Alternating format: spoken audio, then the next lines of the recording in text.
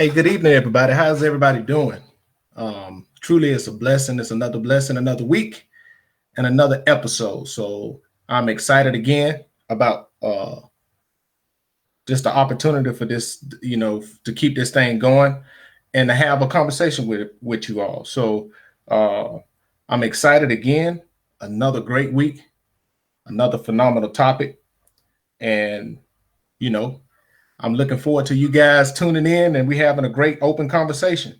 What I would like to do, like I always do, is as we come in, let a few people. I'm sharing it right now myself for some people to tune in. But I ask that you share, not only share, but let me know in the comments where you're tuning in from, um, and hey, we can get this thing going. But overall, I just want to say, hey, it's great. Another weekend. We got a lot going on, a lot of things going on with different people. Uh, you can't hear me.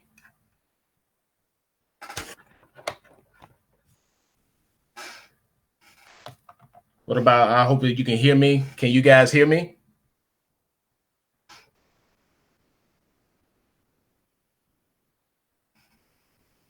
Episode. So I can. So just thank you for that, Chandler. I know I can hear it on mine. I hope you can hear me. But just want to welcome some people in tonight. Was having some technical difficulties on some things, but hey, we're gonna still work through that. It's not gonna stop the show at all. Tonight's show, I know it'll be one that is gonna be great for the dialogue, great for the. It's a great conversation. It's a great conversation. So I do want to start off tonight. I know usually I do a shout out to a small business owner, but this week I wanted to dedicate this time to. There's a lot of personal families that I know personally that are going through bereavement right now. They're bereaving their lost loved ones. A lot of people lost loved ones, especially due to COVID. So what I wanted to do is just acknowledge those families and lift you guys up. My thoughts and prayers are out for you. And during this time of bereavement, I do know that the Lord is a comforter, and especially for those who lost very close loved ones like parents and stuff. I dealt with losing my father back in 2013, so I know the impact that it can have. You guys, I just want to encourage you in the Lord, and just that not only that you guys be encouraged, but that you know that you're not in this thing together, and take the time to go through the process of healing because it's necessary. And don't be on anybody else's timeline for healing. Heal on your own timeline, but make healing a priority. I just wanted to start off. We got some people in here, so I want to see, can we? My daughter said, let me see if we acting up. Okay. Now she says she can't hear us. Okay, I can hear you, Chandler. Hopefully you can. Other people said, got my man Daryl Barnett. Hey, what's going on, brother? How you doing? And we got Miss Geraldine Pastor. She's tuning in again. Thank you again. She said present. She can hear me. She's tuning in all the way from the great state of Alabama. For those that don't know, I'm currently in Kansas. I'm in school here in Kansas, in Fort Leavenworth, Kansas. So I'm enjoying myself here in the Midwest and getting settled. But tonight, the show tonight is one that I think that was necessary. And as I was in thought about the show or what I was going to talk about, this is something that popped up that I really wanted to open up and express. We got my brother tuning up, my big brother Eric, all the way from Cleveland, Ohio. So this topic that I wanted to talk about is something that I think is very necessary to have an open and honest dialogue about. Why?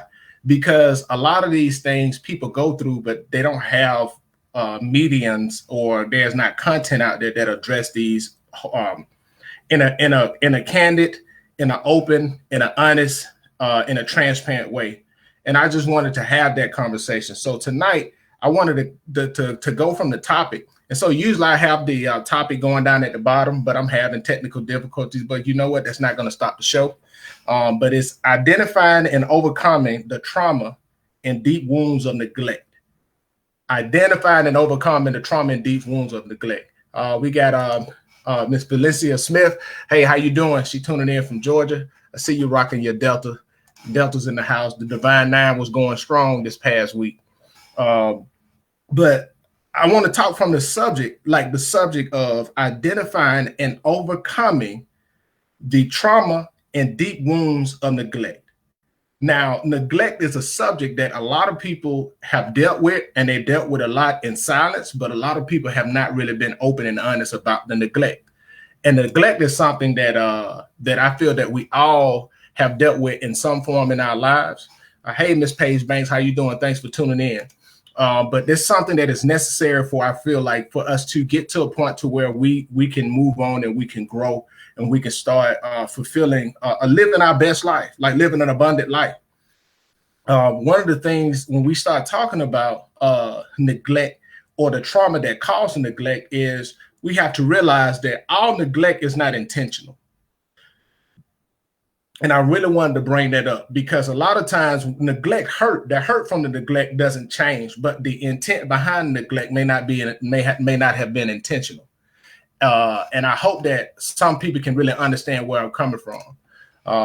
Shout out to my cousin Frederick. Hey, that's the sneakerhead of the family. He's up there in New York in Amityville on Long Island. So thanks for tuning in. We got Laramie tuning in. Hey, thank you guys for tuning in, man. I really appreciate the support and love. But I do want to just jump on this thing about neglect. Now, a lot of us have gone through neglect for whatever reason it is. And I want us to be able to first, we have to be able to be in a position to not only identify that we've dealt with neglect or that we're dealing with neglect. Because some of the times what I feel about when we're talking about neglect is we get into a place to where we'll become so conditioned between operating in the dysfunctions that the neglect may cause that we don't even realize that we have dealt with neglect. And we live our lives a certain way, the best way that we know how, and we don't even realize or even acknowledge, or we become numb to the fact that we have dealt with neglect. And, you know, this is not a sexy topic. This is not a topic that a lot of people really like talking about, but I guarantee you a lot of people go through it. A lot of people go through it. And how do you identify neglect? And I'm not asking people to share their business, but if you dealt with if you have to deal with some things, or if you have dealt with or had to overcome the pains of neglect, you know, just leave a comment, wave your hand, or do something, because I know there's a lot of people that have. And this is not a very sexy topic, because you know what? This is a topic that forces us to deal with ourselves. It forces us to look ourselves in the mirror and actually deal with the reality of you. And that's why I talked about a little bit last week, dealing with the reality of you. And it's kind of like an onward thing going on with talking about that, because neglect plays a major role into how a lot of us are today. So that's why I said, again, we're going to be talking about identifying and overcoming the trauma and deep wounds of neglect. So one of the things that I do wanted to talk about is how do you, when we're talking about neglect in the same sense, what does neglect look like?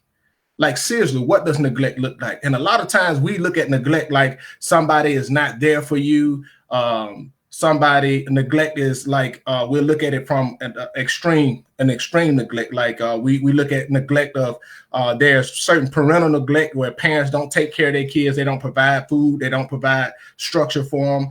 We look at emotional neglect where people just don't give people what they need or what they are designed from them, especially looking at it from a parental standpoint. We look at neglect also from that absent parent, a parent not being there. We look at neglect from physical abuse. We look at neglect from like sexual abuse. It's all different types of things where you can fall into the category of neglect. And a lot of us have dealt with these things. But just like what I said before, I'm not making an excuse, but some neglect is intentional. There's a lot of neglect that is not intentional. And I wanted to address that because I think that if we have that discussion, it will free a lot of us up from carrying a heavy weight of that neglect on us. So, for example, I do want to just talk, and I'm gonna go and I'm gonna use some scripture tonight and go into certain discussions. But one of the discussions I wanted to talk about is an example of a neglect in the form of not intentional. You know, I made on one of the shows I talked about a few weeks ago. I had discuss about me seeing a meme, and in the meme it said that basically the meme said that when we were kids, we didn't realize we was watching our parents grow up as we grew up.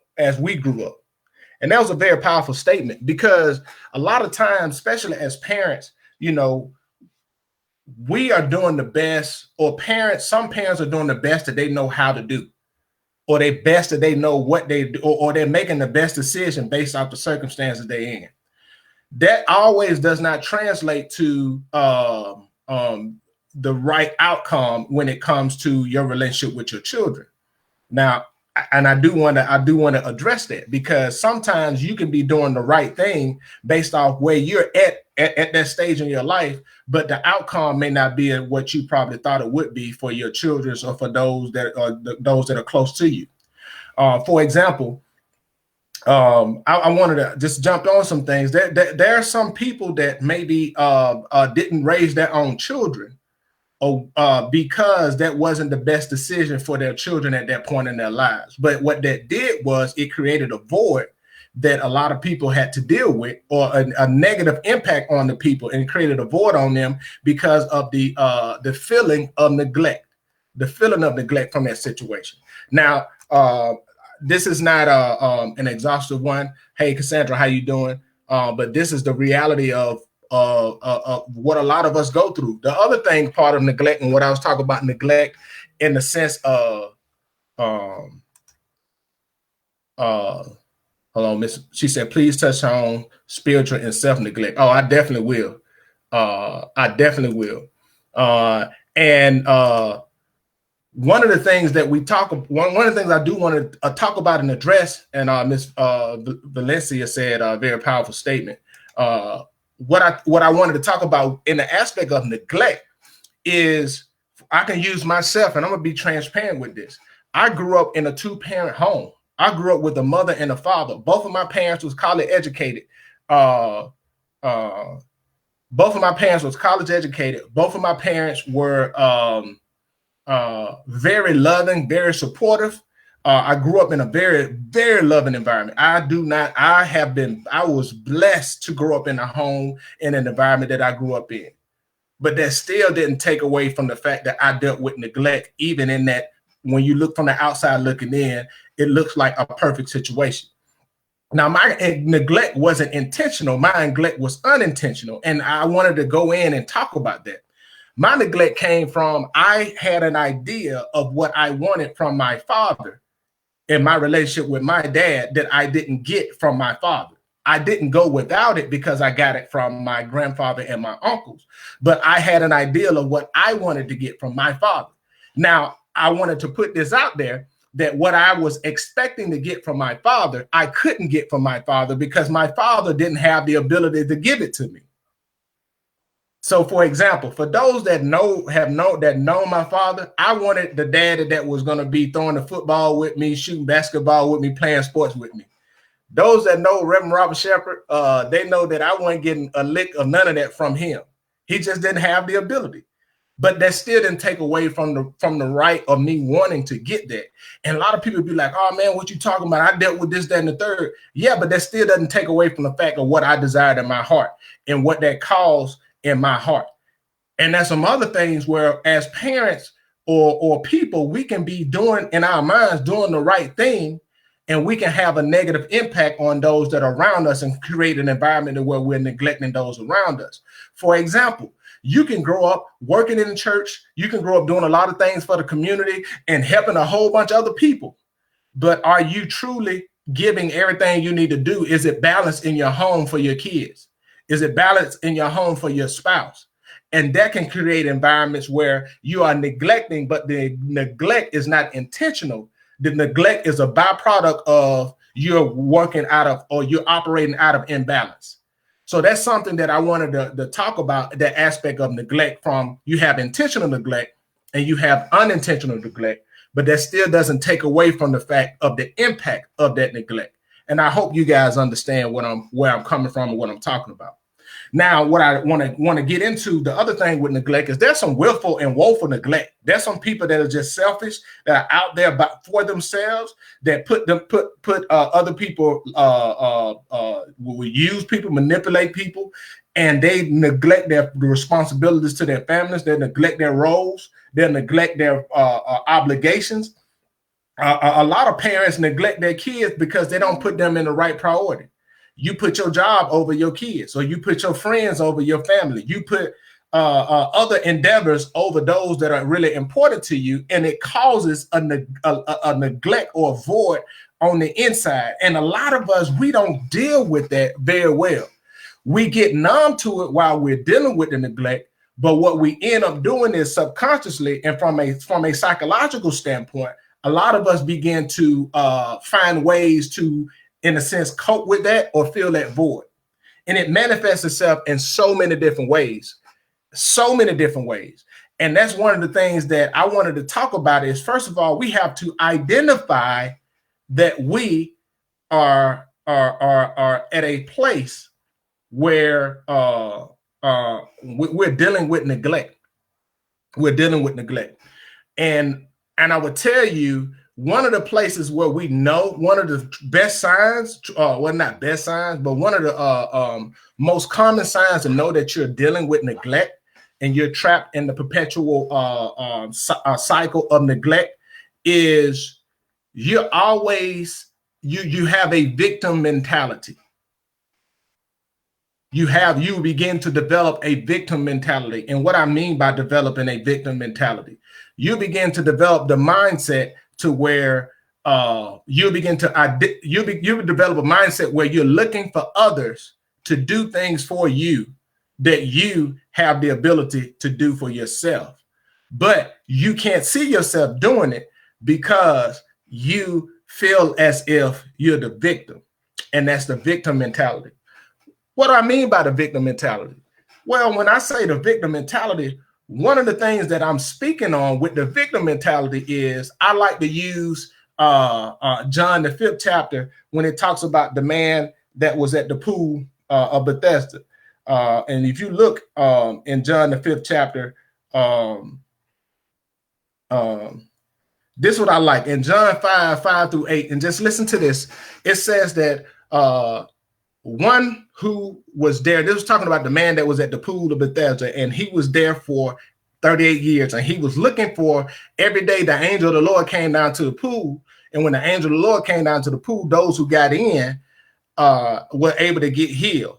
Now, for 38 years, this same guy was at the pool, at the right place at the right time with the wrong mentality. And I talked about that before, but he had a victim mentality to where he couldn't realize that he already had the ability and had the things on the inside of him to be able to overcome that. But he had to get to a place to where he had an encounter with God, and God asked him a specific question that got him to recognize that he was dealing with victim mentality. And it said one who was there had been an invalid for 38 years. And I'm reading from the NIV version. He said, when Jesus saw him lying there and learned that he had been in this condition for a long time, he asked him. Now watch this. Listen to what this is what I really like about the scriptures. And when you read and study the scriptures, things that popped out. It says that first it identified that he had been there for 38 years. Then it goes on and it said, when Jesus saw him lying there and learned that he had been in the condition for a long time, he asked him, do you want to get well? And other versions said, will thou be made whole? Do you want to be made whole? Sir, the invalid said, the man said, I have no one to help me into the pool when the water is stirred. While I am trying to get in, someone else goes down ahead of me. Then Jesus said to him, get up, pick up your mat, pick up your bed, and walk. Now, watch this. The guy was at the right place at the right time with the wrong mentality because he was looking for somebody else to do a lot of things to fill that void in him, or to help him deal with something that he had the ability to deal with himself. Now, I want to go into that because that goes into a little deeper thing from a psychological standpoint, and I want to make this thing plain. I really want to make this thing plain so we can understand where I'm coming from.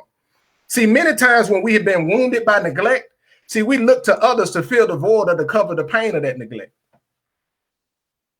I'm gonna say that again. Many times when we've been wounded by neglect, we look to others to fill that void or cover the pain of that neglect. Now we go back and I look at that scripture, and this is not this right here is not a sermon or anything. This is just looking at scriptures and having a conversation. Why? Because think about it. There's a lot of what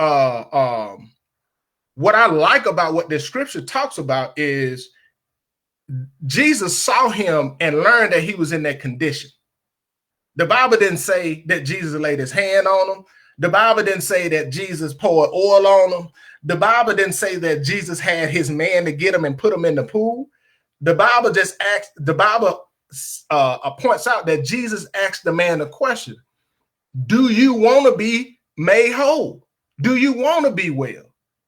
And that's what I want. That's what I was talking about earlier with the victim mindset. A lot of us, we identify by our wounds and we want to wallow in that because we begin to identify that. And that's why I love in that scripture when it talks about, when he said, take up your bed, that's significant of your bed is where you lay your head at. Your bed is where you dwelled. Your bed is where you rest at. Your bed is where you are at. And by you being where you at, that's where you are identified by.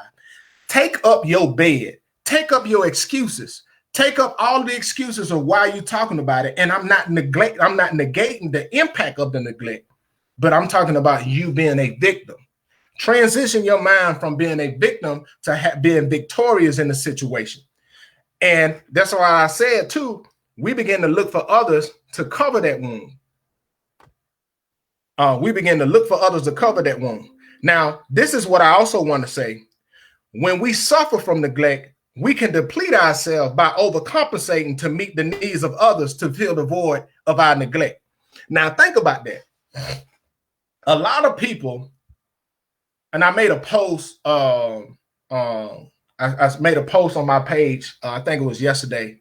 A lot of people go from relationship to relationship and never take the time to deal with themselves because they're looking for somebody else to fill that void from the neglect or from the trauma or from the deep wounds of their past. And what they end up doing is they go in with a victim's mentality. And what they also do is they look for the other person to fill a void that they cannot fill. That's why I said when we have suffered from neglect, we can deplete ourselves by overcompensating by to meet the needs of others to fill the void from that neglect. What I mean by that can be, listen, that thing can be in so many different ways. And I'm gonna be transparent tonight, and I'm going down. I'm gonna be transparent. I'm gonna break this thing down so we can understand how deep this thing goes. We can overcompensate to meet the needs of others, hoping that we will be healed or they will fill that void. And that can come in different ways. We can go from relationship to relationship, and we can go from relationship to relationship to where we can be very caring. And we can be very caring for somebody. Hopefully they can understand and identify and recognize that we've been wounded, and they can pour into that and they can cover and they can heal. Or in my case, my overcompensation was from a sexual nature.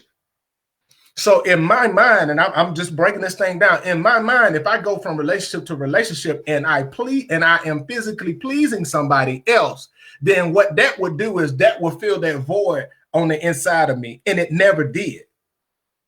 It didn't matter how much I did or what state of where I thought I was compensating at. It never filled that void on the inside of me. And it only left me more and more empty. Y'all see how this thing go? And I went from, and it can go from you going from relationship to relationship, and you feel like you got to buy somebody something. You feel like you got to overgive and give somebody something, and you always angry, and it's always the other person, why they can't do this, and why they ain't do this, and why they ain't do that. And this is where it leads to my other point. It says you will find yourself looking for others to fill a void in your heart from the trauma, but you tend to have unrealistic expectations from your significant others to compensate for your void. You have unrealistic expectations to have others to compensate for your void. What do I mean by that? So when we so let's break this thing down. Let's get deep in this thing, right? Let's get real deep in this thing. So we go from relationship to relationship, and in the relationship, it's always the other person's fault, and they hit all of your triggers. Boom, trigger, trigger, trigger, trigger, trigger, trigger, trigger, trigger, and they always the one that you blame for your issues, but your issues really dwell with you. And you have unrealistic, nothing they can do can be good enough. They can do 99 things out of 100. And if they that one time they don't do the way that you want it, then you treat them as if they did something 99 times wrong and only did something right once. You have you begin to develop unrealistic expectations, and that causes strain on your relationships. Listen, boo, you can be the most beautiful girl in the world. You can be the most well put together man, have all the money in the world. But if you don't deal with these issues from neglect of your past, you will become one that is so depleting to deal with that people will avoid you like the plague. That's why it's so imperative that we identify these things before we can even overcome these things. See, and this is why I really like having these conversations, because think about it, right? We all have dealt with this in some form or fashion. It may not have always been the same, but we've all dealt with some form of where we are operating at a deficit based off things that happen. And we got to get to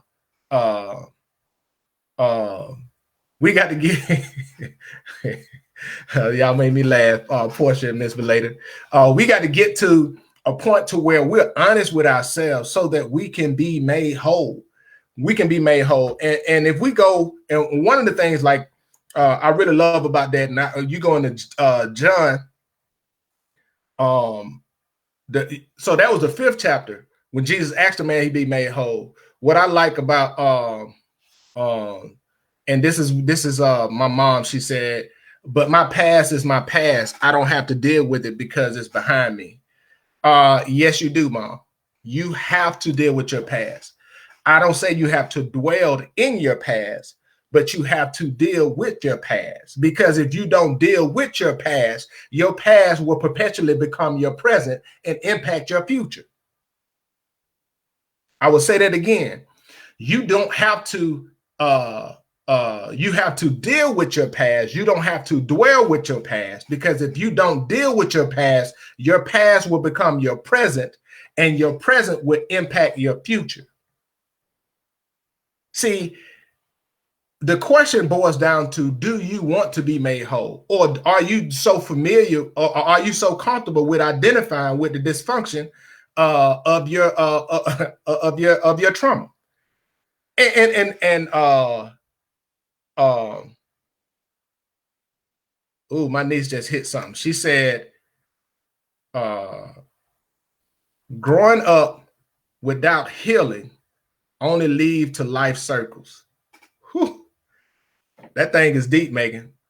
That thing right there is deep. Growing up without healing only leads to life circles. Listen, and I was going to talk about this later, but I think it's time to talk about it and address it now. I was talking to my mother last night, and Megan, I'm about to speak directly to what you just posted. You said growing up in circles, growing up without healing only leads to life circles. I would say many people are suffering from their wounds of the trauma because of the lack of reconciliation of the root of their trauma. The lack of reconciliation of the root of their trauma. See, that's, and what do I mean by that? The lack of reconciliation from the root of your trauma. In my situation with my father, my root of my issue was my father wasn't there the way that I wanted him to be there. And I felt that he didn't maximize the time that he could to be with us and spend quality time with us, because he was involved with working in the community, helping a lot of other people. The thing that I love about this is God allowed that thing to be reconciled. he allowed an opportunity for it to be reconciled because my father acknowledged the fact that he missed the opportunity when I was getting ready to graduate. And there was one point where my mother shared with me that he wept because he was like, my son is gone. But God allowed the chance to where he have a second chance with my niece and my son, and he maximized the second opportunity.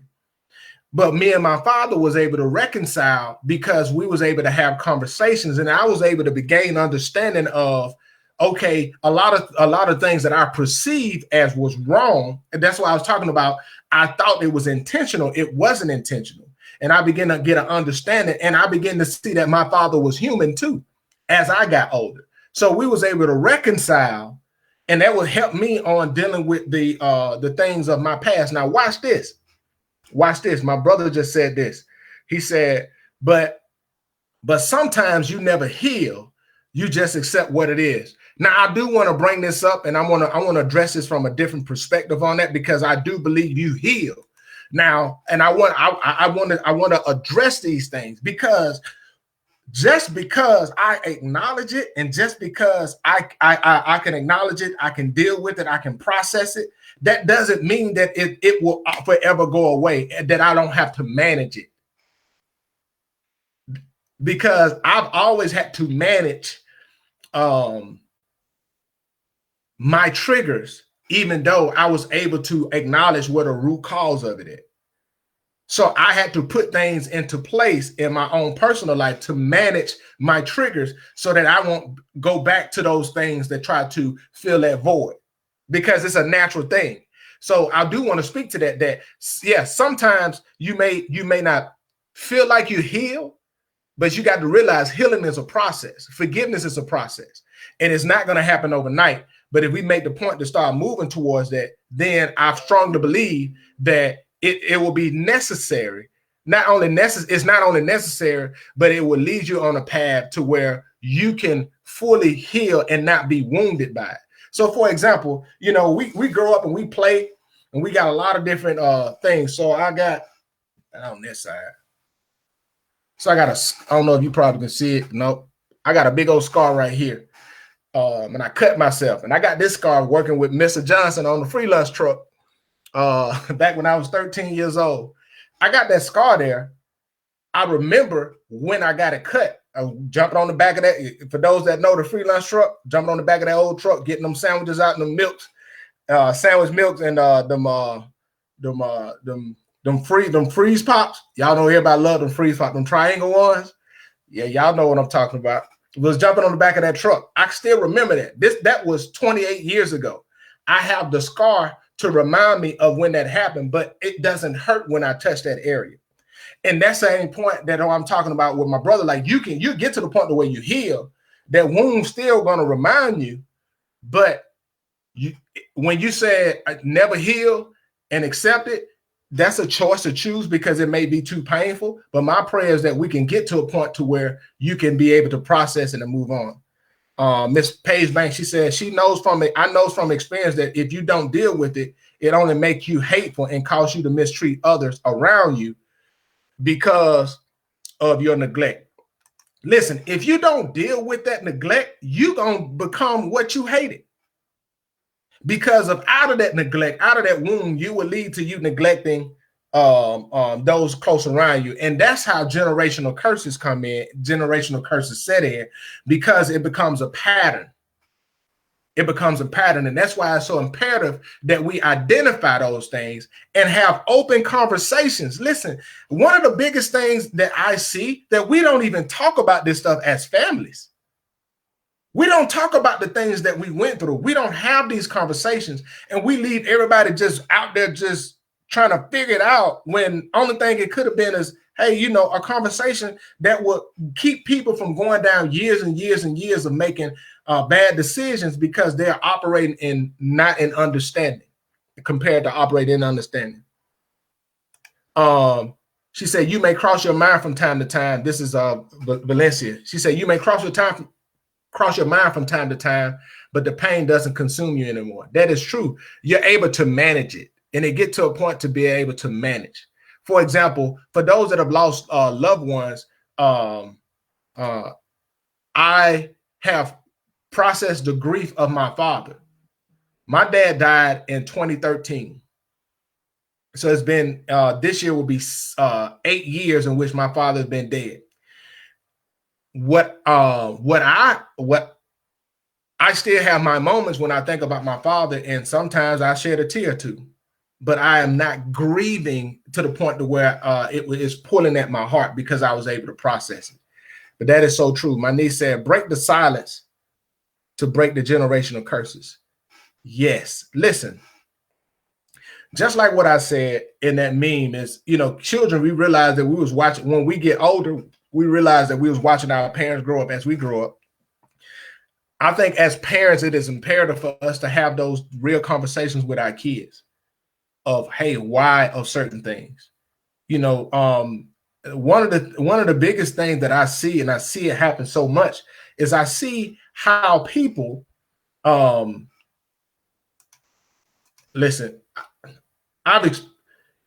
when you grow up in a very neglectful environment, or growing up dealing with neglect, and you develop a victim mentality, what happens is you kind of build a barrier around yourself in a sense to protect yourself.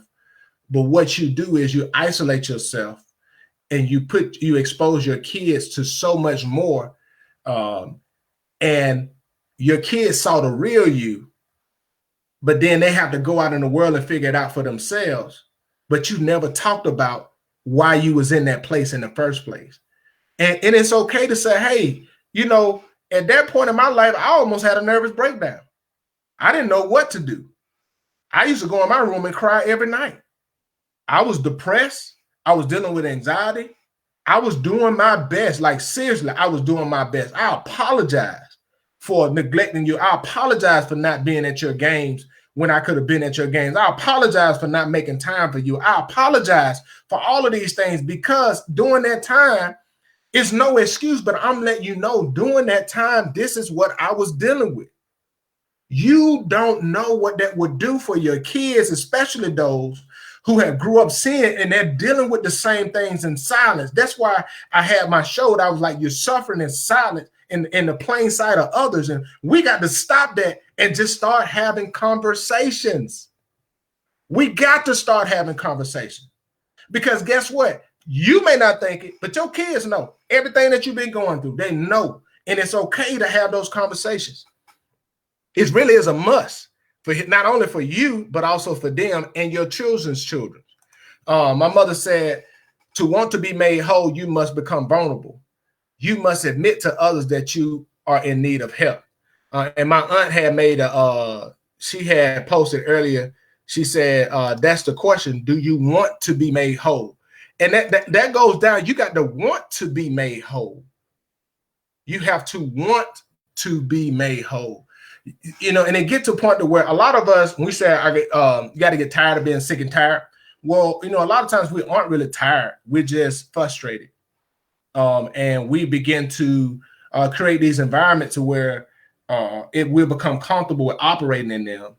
And we know for a fact that ain't how we want to operate, but that's the reputation, or that's how we done built up our persona, or that's how we want people to look at us as, and we feel like we got to keep that thing going, but we empty on the inside. And being made whole is saying, it's time for me to deal with it. It's time for me to face it. It's time for me to acknowledge it. And running only makes it worse. Cassandra said, the desire to avoid pain often stems from the underlying lack of trust in self and in others. Yes. So I would tell you this, and this is one thing that really helped me with that, as far as with avoiding pain, is the fact that a lot of trauma is caused because people avoiding pain, and because they're avoiding pain, it causes pains for others because they're avoiding that pain. And I hope that makes sense.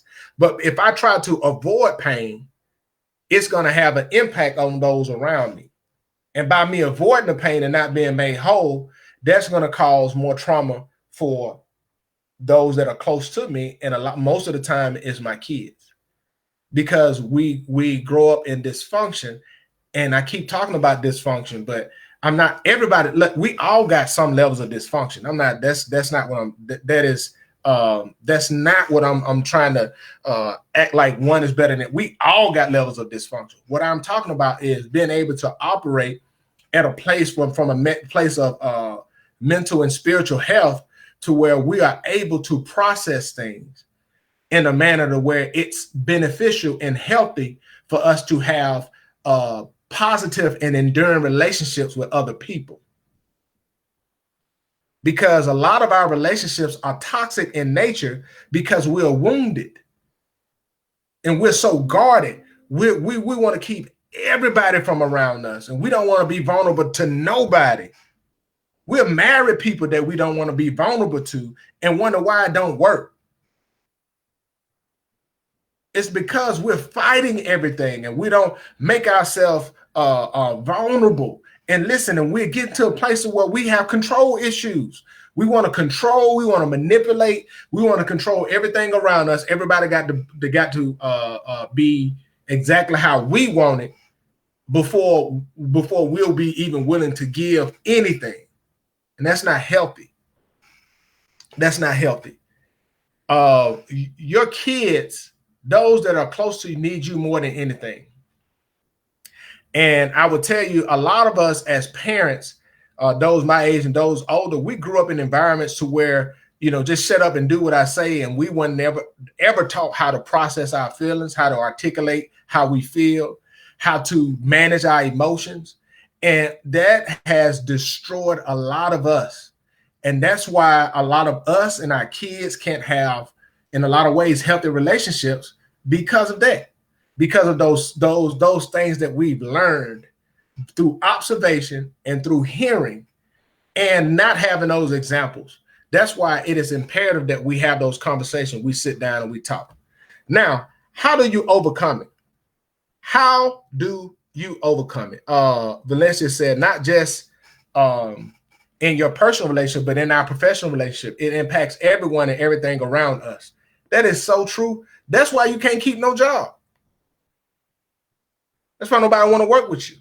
That's why you don't have a good reputation. That's why I'm finna be as honest as possible. That's why a lot of folks, especially for those of us that claim that we're church folks, that's why people don't want to have nothing to deal with the church, because we don't be honest and open and honest about things that we deal with. And we sit around and you know how you feel. Oh, I'm blessed and highly favored. I'm blessed and highly favored. The Lord do shanana. We do all of that, but then they see us operating in dysfunction. And that's something that we have to deal with. Cassandra said, lack of confidence when you've been judged or criticized for expressing your emotion. One tends to hide emotions to prevent further criticism. Now, I do want to address that because that is so true. But I think that a lot of times we have, I think when it talks about communication, and I think one of the hardest things in communication is there's a tendency to feel that the goal of communication is to get somebody to agree with you instead of understand you. And we aren't taught in our homes, especially, and I'm speaking from the Black community, a lot of us aren't taught how to have discourse without it being confrontational. So we look at confrontational as something being confronted as always negative in nature. So, for example, if I be candid with you, if I be honest with you, I'm not attacking you. There are those that do attack, and I'm not taking away from that. But if I say I don't like that, or if I say I don't agree, I'm not dismissing what you're talking about. I just don't like it, and I just don't agree. And we have to get to a point that we are mature enough to separate from when somebody is attacking us and somebody being candid with us. And there is a difference. There is a difference. But it's hard to see the difference if in your mind you got the boogeyman out there, and then the boogeyman is always going to look at it from a place that somebody is attacking you. But if somebody is opening up to you, if somebody is being vulnerable to you, it is your obligation to protect and respect that. And when you don't do that, then that's when it breeds the people, it calls them not to trust and not to open up. But that's a whole nother subject. And even with that one, a lot of times that trust and open up, that really goes down to some things we just don't want to be open and honest about because we haven't forgiven ourselves. And that's something that we have to do. My mom said, having God's favor don't really look like favor. Yeah. I guess that was to the comment I was talking about. We was at, being blessed and highly favored of the Lord.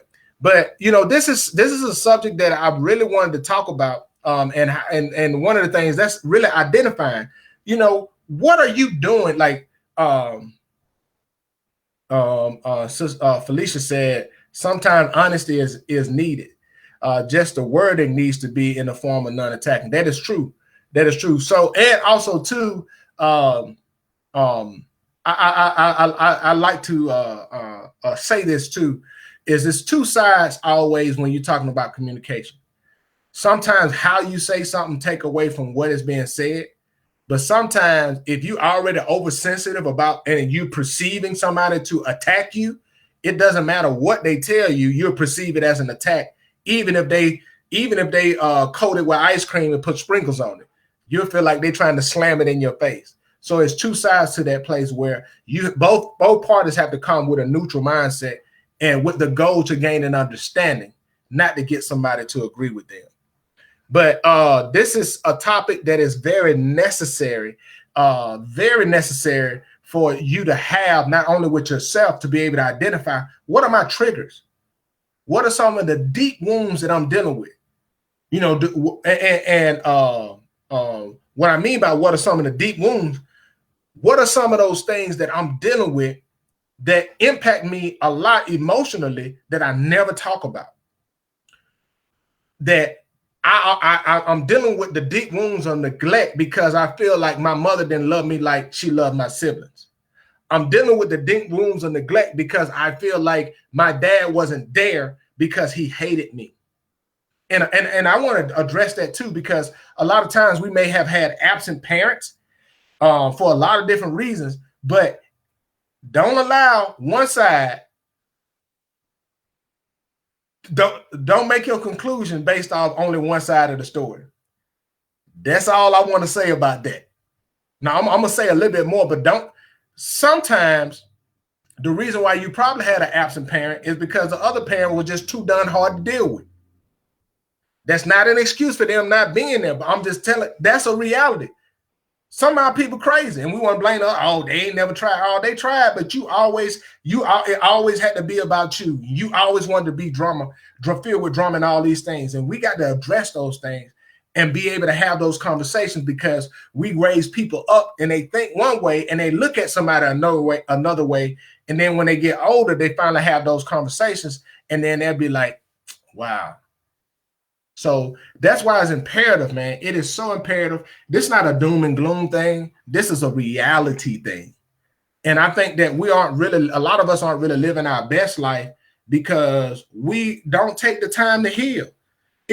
Listen, this is how you know you have a victim mindset. This is how some of the ways you know you have a victim mindset. It's always somebody else's fault. It's always somebody else's fault. No matter whatever, it's somebody else's fault. You minimize what you do and you overvalue what you think you bring. For example, and I made a post the other day, a lot of people overvalue what they bring to relationship, to their job. And I like that the Army just released like a promotion list of those who got selected for command. And a lot of people are upset, but a lot of people get upset because they don't really understand fully where they actually stand. And I think that a lot of us avoid that because we don't want to acknowledge and deal with the reality behind the things that we don't do. What role, and then how you can deal with those that are victim mentality. Listen, just like that man at the pool, they identify by the infirmaries, and they always look for somebody to help them do work that they can do for themselves. Listen, it is definitely refreshing and also a blessing to have somebody there to help you uh, uh, get better, to help you overcome these things. But ultimately, your healing is your responsibility. And we can't put that responsibility on somebody else because it's not theirs. If they choose to help, then that's their choice to help, but it's not their responsibility. So I just wanted to say that. And I really enjoyed the dialogue today. My mother says, always somebody else's fault. I don't know why they keep messing with me. I'm always the victim. That's why Jesus asked him, when he learned that he was there for that long, 38 years. Y'all think about that. And I love, like when you sit down and think about 38 years, I'm 41. That's all but 3 years of my life where the guy was going to the place waiting on somebody else to put him into the pool. And watch this, for 38 years, he stated that somebody always got ahead of him. For 38 years. Now, what's so funny to me with that story, when I read that story and I think, is how he get to the pool every day for 38 years. That's a whole nother question. But what I am speaking about right now is, what are we doing? Are we going to stay there and wallow in the bed, or are we going to take up our bed and walk? Are we going to make the decision to be made whole? Are we going to start finally addressing those things to get us to a place to where we are better? And also, for those who have caused neglect to others, we have to be willing to own it, despite what it may have been, despite if it was intentional or unintentional. We have to be able to put our big boy and big girl drawers on and say, you know what? That was my fault. I apologize for that. I'm sorry. I neglected you. I made a bad decision. I did that. Not, well, it was the best thing for you. No, you own it. You own it. It may have been the best thing, but that, just because, like I said before, just because something may have been the best thing at that moment, that doesn't mean that it didn't cause a wound or neglect, a feeling of neglect from somebody else. So we have to own it, especially those who may have caused the drama. We got to be willing to have those conversations, and have those conversations with your kids. Listen, talk to your kids about the things you've been through. Talk to them where your mind was at a certain point. And I will tell you what that does is that let your kids know that you're human. Because a lot of kids, and I can speak from personal experience, thank God I was able to call my dad and run some things off of him. But there's a lot of times your kids feel like they're the only ones going through some stuff, and you went through the exact same thing, but you never open up to them to let them know that you've been through some stuff. And they feel like they're just the only ones dealing with it. But you can let them know that, hey, I've been through this, or this is what my mindset was. This is what I was thinking. This is what I was dealing with. My apologies for whatever I may cause you. Yes, Cassandra, she said you can't minimize others' feelings. You can't, and don't do that. That's why I say own it. Own it. You may have done it. Own it first, and then have that conversation, because when you own it, it makes healing a whole lot easier. So I really appreciate you guys tuning in, very much so tuning in.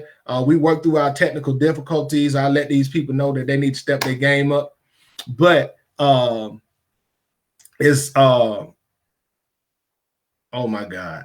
Yes. Valencia just said, she said, because we don't have the conversations, we'll create our own stories in our head and draw on our own conclusions.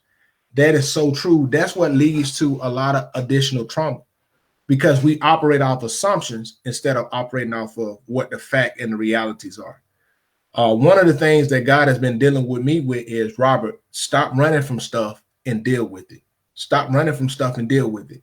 And as I stop running from things, certain things, and deal with it, what I realize is, man, I wasted so much time running that only thing I had to do was deal with it, and it would have been over with a long time ago.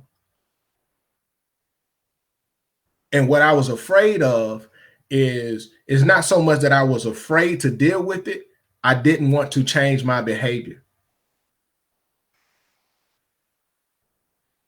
And that was me. I didn't want to change my behavior, so I kept doing what I was doing and playing the victim because I didn't want to change my behavior. But you got to get to the point to where you got to deal with you. You got to want to change. You got to want to be better. You got to want to do better, and you got to want to put forth the work to get better. You just can't want to. Want to by itself won't get you to where you need to. Want to by itself without action won't get you to where you need to. Want to with no action is just want to. And then you'll be in the shoulda, coulda crowd talking about what you shoulda, coulda have done, watching everybody else who put action to it is talking about what they did do. So make that decision. Be better. Choose to heal. Choose to deal with your trauma. It ain't going to be easy, but a lot of us know what we've gone through. We know some stuff. And listen, and the biggest thing is, if you don't deal with it, man, that thing will negatively impact how you interact with your kids and those closest around you. And you think that everybody else is the problem, and the problem is you, because you never dealt with it.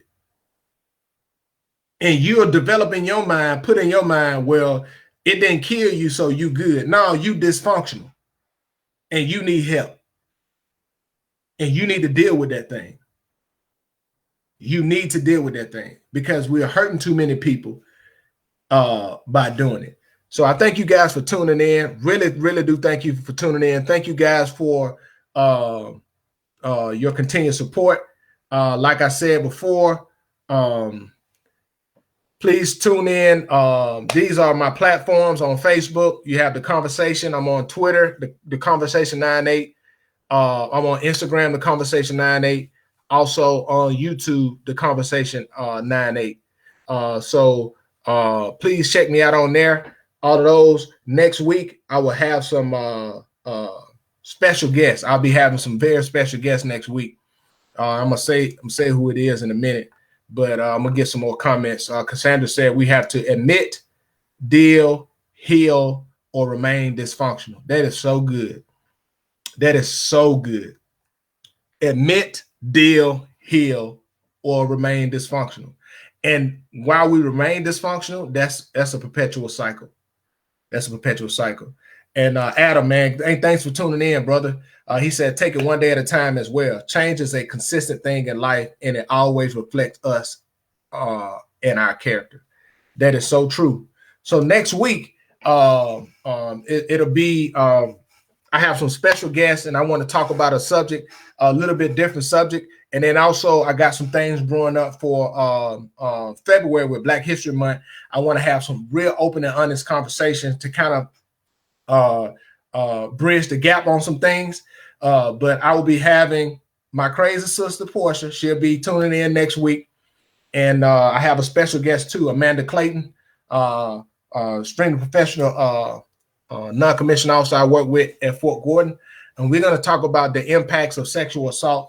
And I want to address that one, have it open. I have an open and honest conversation. I have it from the military perspective, and then also from the civilian perspective, civilian side with my sister. So I'm looking forward to that. I'll be having that flyer out soon. It'll be next Saturday at 6 o'clock Eastern, 5 o'clock Central. And thank you guys for your continued support. And you guys have a great night, and God bless.